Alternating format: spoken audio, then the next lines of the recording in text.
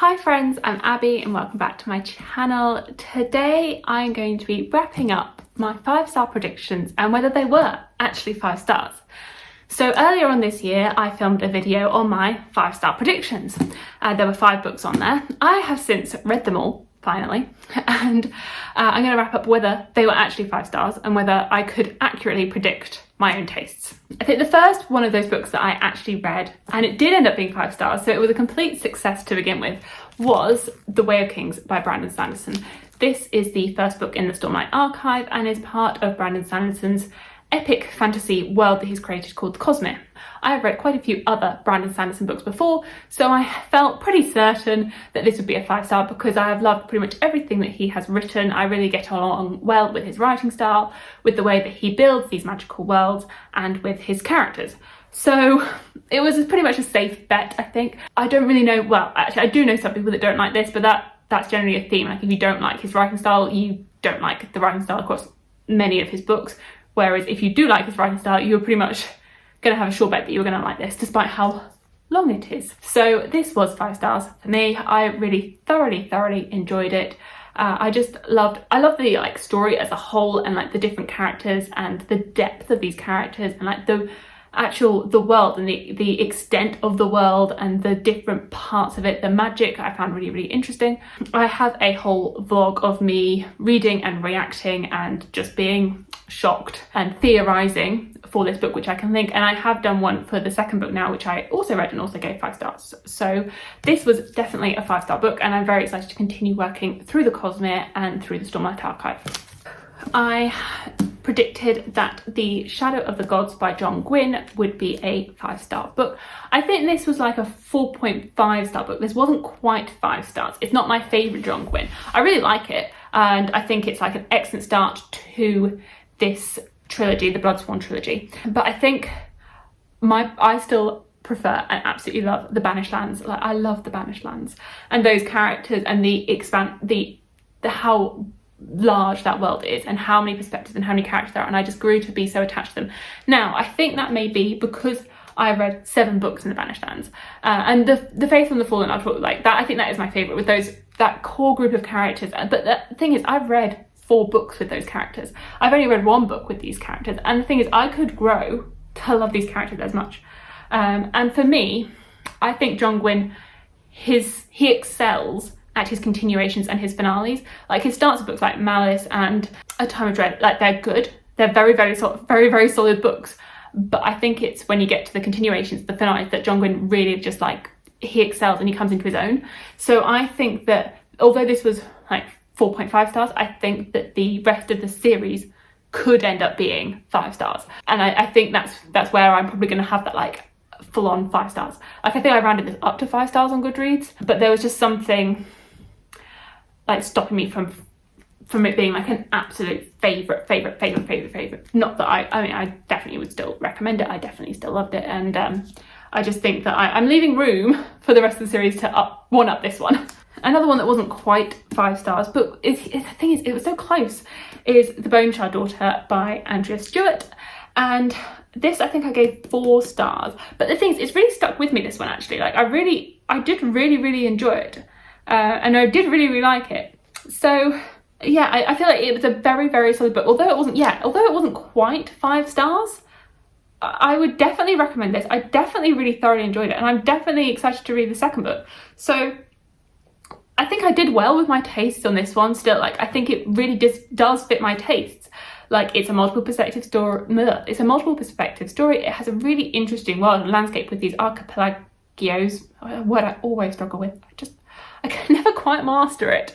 And the interesting characters, I really liked how some of the perspectives were told in first person and some in third. I found that a really interesting dynamic, and how you grew to be attached to certain characters over others. And I think I was much more attached to the first person perspectives because we were much more inside their heads compared to the third person, even though I think in general I prefer a third person narrative generally.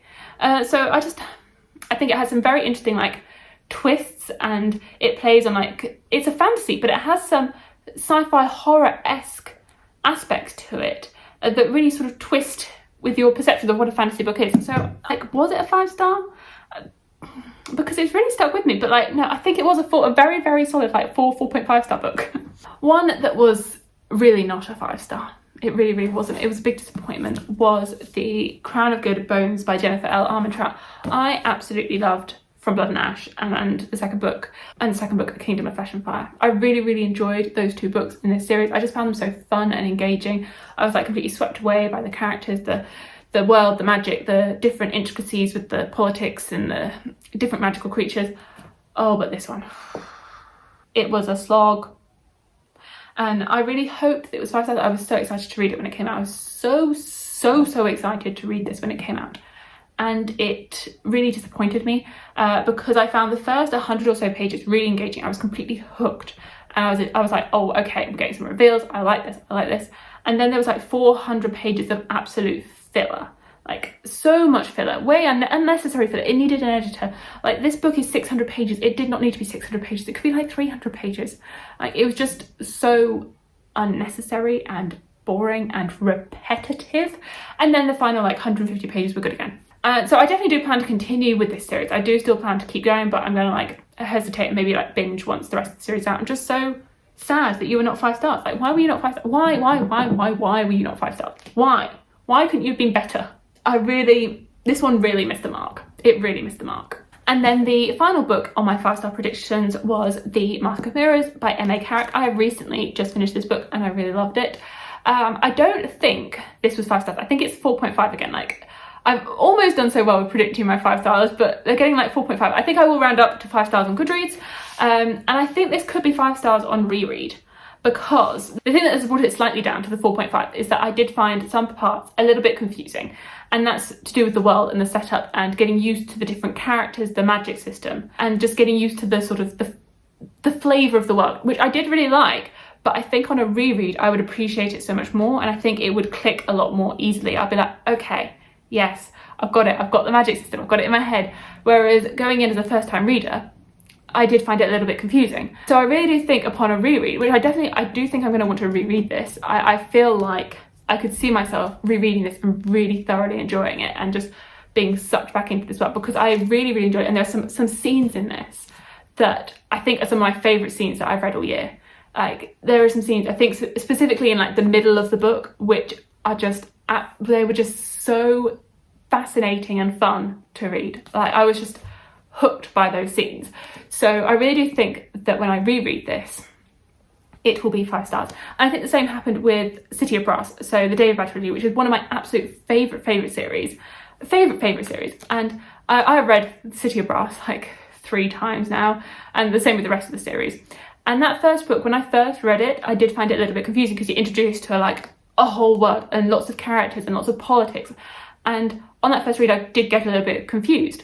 And then it's on rereads that I'm like, okay, I've got it all makes sense. I get the different political tensions that are going on. And I think that's what I'm going to have with this one, that it's only going to keep growing on me as I read it. And as I read this series and reread it and get like just fall more in love with these characters, because I feel like there's lots of threads that have been set up for the rest of the series. So I'm really excited to see what happens with them. 4.5 for now, but I think it could be 5 stars.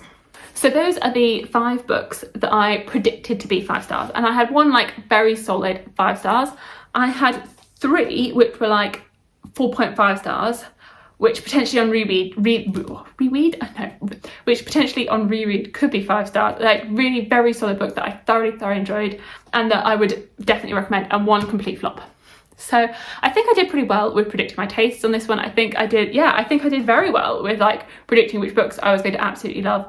And I think aside from my one flop, I'm very happy with this, and very like happy that I did know my taste. I do know my taste. I do know what I like.